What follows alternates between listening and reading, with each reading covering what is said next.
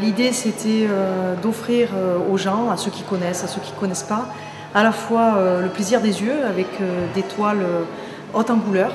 le plaisir des sens par un concert de musique classique très très sympa, et puis bien sûr les vins du domaine, et puis les petits fromages de chèvre du domaine Saint-Fariol, et puis les huîtres d'Olivier Pérez, parce qu'on essaie d'associer à la fois le côté gourmand de ce qu'on produit chez nous au niveau du terroir, et plus particulièrement évidemment dans les vins du domaine de Bellemare, à des choses plus culturelles, de façon à faire venir des gens qui ne viendraient pas forcément au vin, de façon à faire connaître le domaine, à faire connaître les artistes, et tout ça en essayant de trouver des artistes et on va dire des compagnons de route locaux pour mettre en valeur cette région où on a une multiplicité de choses très intéressantes.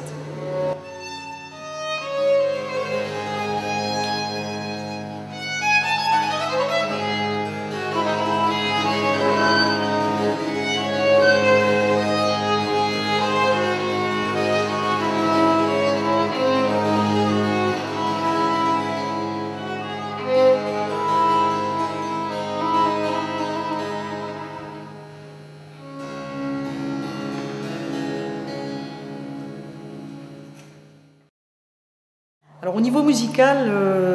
on a été contacté il y a un an par une fille extraordinaire qui est Mireille Chollet,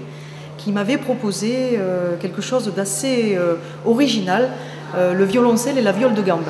Et on s'est aperçu qu'on avait premièrement une acoustique superbe au niveau du chai, et secondo que ça faisait, c'était assez original dans un lieu moderne avec des cuves inox de mettre un instrument plutôt ancien comme la viole de gambe. Là, cette année, elle m'a fait une proposition supplémentaire associée à ses œuvres et à ses instruments du clavecin et associer le violon. Et là, on a eu un répertoire très varié et très ancien, allant jusqu'à 1700. Et j'ai trouvé ça fabuleux parce que ça nous fait à la fois voyager dans le temps, dans un cadre qui est plutôt moderne. Donc je trouve que l'association est assez sympathique. Alors, ce que j'ai essayé de privilégier cette année, peut-être plus que les autres années, et je pense qu'on essaie de faire les choses dans ce sens maintenant, c'est vraiment les nouveautés, les coups de cœur et les cuvées un peu spéciales qu'on a travaillées de façon plus originale, de façon plus, pas soigneuse parce qu'on travaille tout de la même façon, mais des cuvées un peu plus différentes pour des gens qui veulent s'ouvrir, qui veulent découvrir des choses. Voilà, alors on a mis en avant nos cuvées rivage avec nos millésimes 2007 qui sont complètement différents de ce qu'on pouvait faire avant. On a mis en avant cette jolie cuvée avec ce beau nom, le Délice des Anges, où on a du muscat sec, un joli rosé de Grenache, une syrah rouge magnifique, enfin je pense en tout cas. Et puis cet assemblage Viognier-Roussanne qui est assez fabuleux,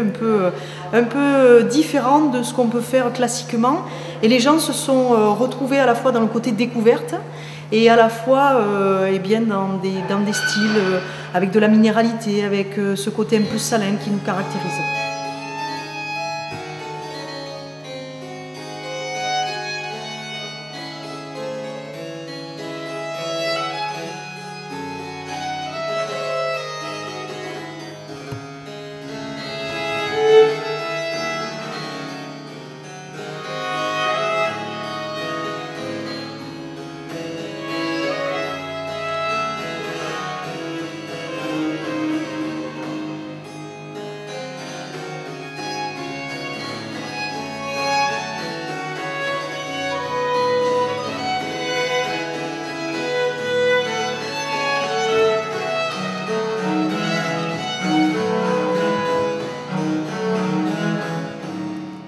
Alors le petit bilan, c'est de dire que les gens, je crois, ont beaucoup apprécié, et ça c'est déjà la première chose. C'est de dire que ce concept de mélanger à la fois la peinture, à la fois la musique, à la fois les vins et la dégustation, finalement ça fonctionne très bien parce qu'on draine des horizons différents, on draine des âges différents aussi, c'est assez important, hein, et des niveaux et des horizons culturels différents, et je crois que c'est important de pouvoir mélanger de façon à ce que les gens puissent se rencontrer, qu'ils puissent partager, à la fois avec nous et puis entre eux, puisqu'il y a eu beaucoup de discussions avec des grandes tablées. Et c'est ça qui est très important, de façon à ce qu'on sorte du côté que commercial et qu'on arrive à profiter ensemble, à nous faire connaître par des biais un peu détournés qui, pour certains, peut-être ne seront jamais venus voir chez nous ce qui se passait. Voilà, donc on nous découvre avec des côtés, à mon sens, assez sympathiques. Et on a vraiment mis à l'honneur les sens par les couleurs, par les sensations sur les vins, par les sensations sur tout ce qu'on a dégusté, les huîtres, les fromages, et par cette musique qui a été fabuleuse.